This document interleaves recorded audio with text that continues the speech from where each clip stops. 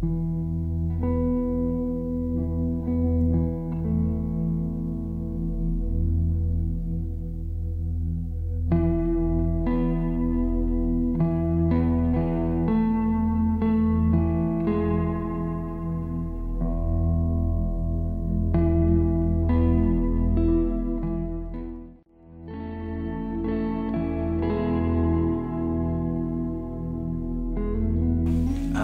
do not. I mean, you just let me in on the ideas of Dick Cheney saying these things. I mean, in the last 7.5 years since September 11th, nothing has happened, but at the same time, I don't think that's a justification. I think that the people that we're dealing with aren't very rational, you know, and I don't think that they can be, you know, you can't just talk to them and play nice. Like, I think that our armed forces kind of have to go to more drastic measures in order to get somewhere in order to protect our country. Certain interrogation methods should be used, not all. Yeah. There needs to be a discrimination and a clear discrimination both publicly by the United States government of what is proper interrogation and what is improper. I don't think so. I think it just creates more terror against us, gives more reason for people to hate us, and I think that it just doesn't make sense if we consider ourselves such a just, great nation. So these are people who, they decide to take their own lives or sacrifice other people's lives. So I believe that they are not mentally stable themselves. So you might have to use extra interrogation methods to be able to get out information from them.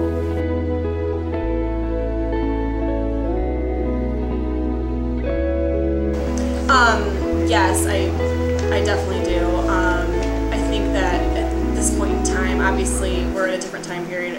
The circumstances may sort of justify what's going on at Guantanamo Bay, but it doesn't negate the fact that it is a violation of the law. It does violate international law, as it says right now. But I believe personally that international law should not be applied to this because terrorism is an extraordinary event. I think there needs to be more of a movement, especially on the international level, for maybe trying to redefine the international law that we are violating, because it is very vague, it is very ambiguous, and it does not leave a lot of room for situational, operational techniques on the interrogation level.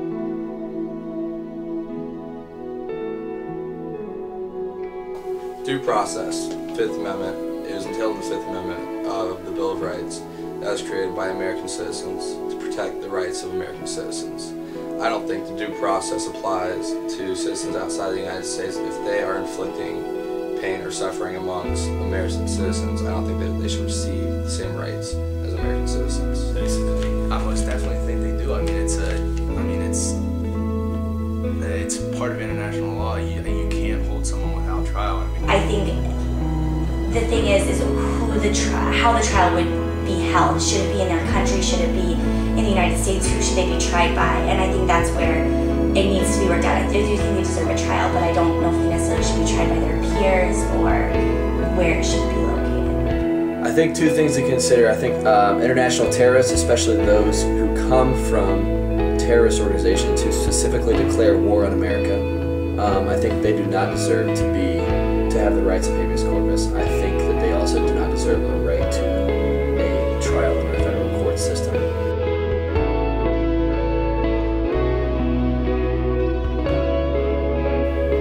I don't really see a problem with it. I mean, you're bringing them into our borders, but at the same time, like, they're still in prison. Like, it's not like they're gonna wreak havoc.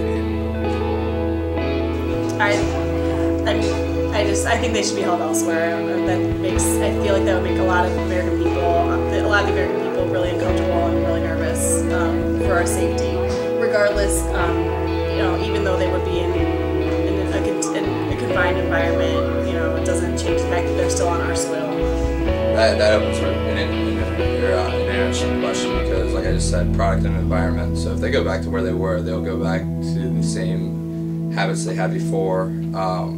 If they're released in the United States, even under surveillance, they're going to have a lot of free reign, and if they're released in the United States, then they'll just produce more mayhem.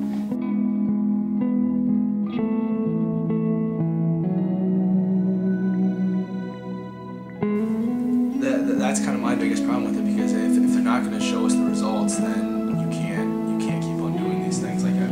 I understand that it can't be all revealed because it's gonna kill any chance that we have of actually being effective and like finding the terrorists. If they know that we're onto them, they're obviously not going to stay in the place they're at.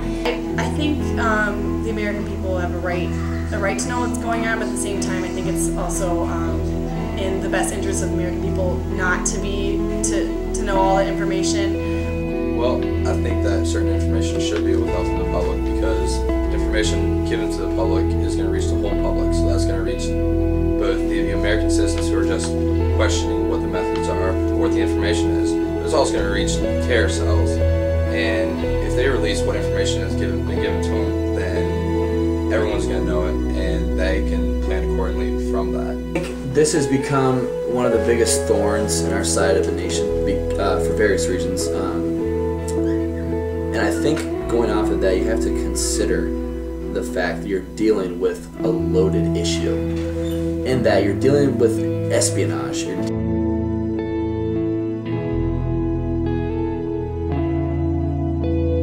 Well, I mean, yeah, that could be a legitimate concern, but at the same time, you shouldn't have these methods anyway. So, I mean, you're allowing, the terrorists can go ahead and train for them, but they shouldn't be a part of our interrogation system in the first place. So, go ahead, let them train for it. Just stop doing it and have legitimate measures that follow international law. Yes, the terrorists do use those instances as propaganda for recruitment, because it only builds more resentment. It builds more anti-American sentiment across the groups, across the Middle East, and you can't say directly that it is clearly, oh, there's more terrorists now than there was for 9/11. There's no way to technically measure that. Yeah. But at the same time, we do know that they use it for propaganda. I think that does relate to it, but when you train someone against it, it's not necessarily always going to prevent it from working, because when you're training against it, you're in a group. It's a simulation. What I'm trying to say is a simulation, and you're not actually in the real situation. So how many times you train for it, you're an individual one-on-one basis, or a one-on whoever's interrogating you. So you don't know how it's actually going to react. They're going to react to it, and they still might give up the information.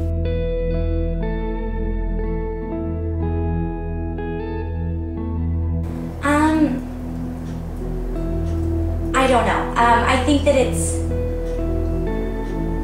if he's for sure guilty, that changes my opinion a little bit, because I think that a lot of people that are being tortured aren't necessarily guaranteed guilty. They're a lot guilty by association, but if he is guaranteed to be guilty and it's what it is, I think that I would be more okay seeing him be tortured and going through that, because I mean, if he's guilty of all these terrorist acts, he's probably going to go on death row anyway. But I think that I'd rather see him just go straight to death row than being tortured, because I think that torture is just very bad. But my family does come first. Even if they weren't my close friends or family, I believe that any innocent person who's going to be affected by something someone else does, I believe that they have more rights than the people who are being tortured. I believe that people who are being tortured are trying to inflict pain on other people. So I think that any kind of rights that they had before are just out the window. I would not have a problem with that at all. And there's one thing to consider about this, is if you go through and read some of the official documentation of various terrorist groups, and especially Al-Qaeda, in 1998 they issued a fatwa declaring war on the United States and various other actors in the international stage. So in a state of war, the rules change. In a state of war, your rights change. I don't know. I mean, if they did something severely wrong, and a lot of these people are being held in Guantanamo Bay, and there's no real proof that they were, war criminals or anything like that. And if I knew someone, like if Osama bin Laden, if they caught him, and if he had to get tortured to save some of my family, I certainly would, because I know he's a bad person. But a lot of these people, I just don't think there's that distinction. And that's just a really hard question.